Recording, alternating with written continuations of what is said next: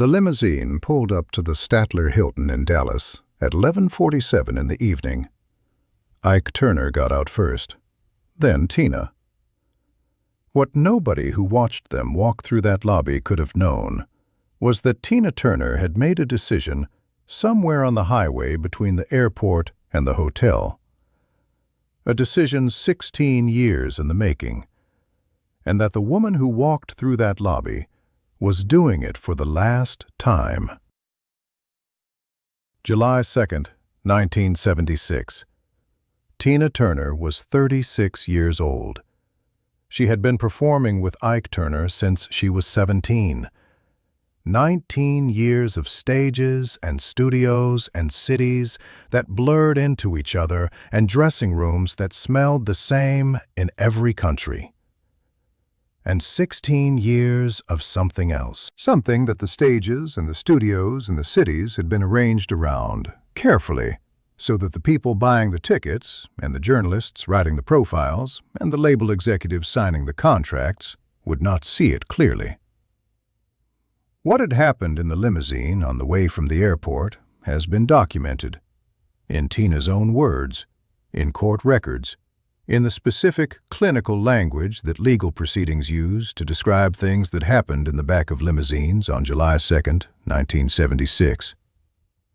What is less documented, what the records do not fully capture, is what happened inside Tina Turner's mind somewhere on that highway. She has described it, in various interviews across the decades, with the careful precision of someone who has visited a memory so many times that they know exactly which parts of it belong to them and which parts belong to everyone else. She said that something shifted, not in anger, not in a moment of sudden courage that arrived from nowhere, in something quieter than that, a recognition that this was the last time. They walked through the lobby. They went to their separate floors. The hotel had given them adjoining suites, as hotels always did, the geography of their public life arranged to look like one thing when it was another entirely. Tina went to a room. She sat on the edge of the bed. She had 36 cents, a Mobil credit card, and a face that required medical attention. She has been asked, in interview after interview across 50 years, what she was thinking in that room, what the calculation was, what the plan looked like. She has always given the same answer.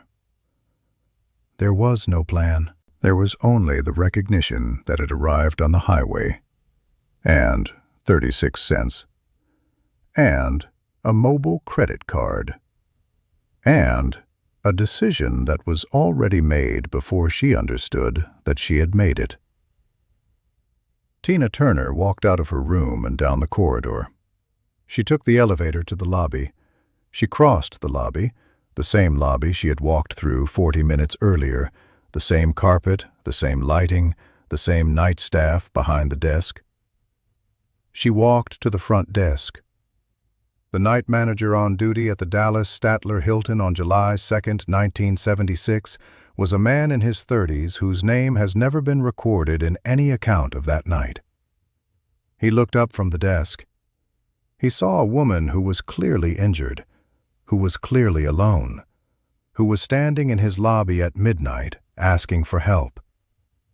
He did not ask her who she was. He did not ask her what had happened. He did not require an explanation before deciding whether she deserved assistance. He picked up the phone. He called the one contact he had, a friend who worked the night shift at a motel a few miles away, a motel that was not the Statler Hilton, a motel where nobody would look for her. The friend said yes. The night manager arranged a car. He did not charge Tina Turner for any of it. He did not record her name in the hotel log for that evening. He understood, with the instinct of someone who has worked night shifts long enough to recognize what certain situations require, that what was needed was not procedure. What was needed was a car, and a room, and someone who would not ask questions. Tina Turner arrived at the motel on the other side of Dallas in the early hours of July 3, 1976. The friend from the night shift checked her in. She used the Mobil credit card for the room. She had 36 cents left. She has described that room in the same way every time she has been asked about it. Small, clean, quiet. The quietest room I had ever been in. She sat in that quiet room and she did not sleep. She sat with the recognition that it arrived on the highway, with the understanding that the decision was made and that the made decision had consequences she could not yet calculate. No money, no management, no label, no plan. And something she had not had in 16 years. A quiet room with nobody else in it. What followed that night is the story that most people know in outline. The calls she made the next morning, the people who helped, the legal proceedings, the gradual, difficult, non-linear process of rebuilding a life that had been arranged around someone else's control for so long that its own shape was not immediately clear. The 37 record label rejections, the borrowed dresses, the half-empty clubs. The Tuesday night in Los Angeles when Roger Davies sat in the back of a room and heard something that changed music history. All of that came after. All of it was made possible by one night manager at the Dallas Statler Hilton, whose name nobody recorded, who picked up a phone at midnight and called a friend, because a woman was standing in his lobby and she needed help. And he helped her. Tina Turner spent the rest of her life talking about that night. Not often, not in detail, but consistently. She said that the thing that made the decision possible was not courage, not anger, not a plan. It was a recognition.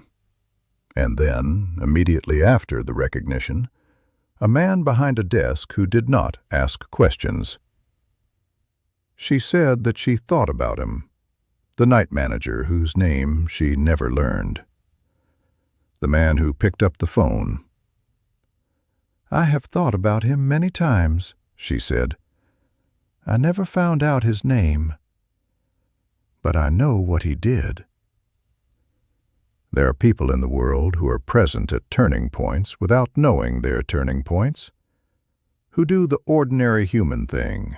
Pick up a phone, call a friend, arrange a car, without understanding that the ordinary human thing is, in this particular moment, the thing that changes everything. The night manager at the Dallas Statler Hilton did not know that the woman standing in his lobby would go on to sell 12 million albums, win 4 Grammy Awards, perform for more people than any solo female artist in history. He just saw a woman who needed help, and he helped her.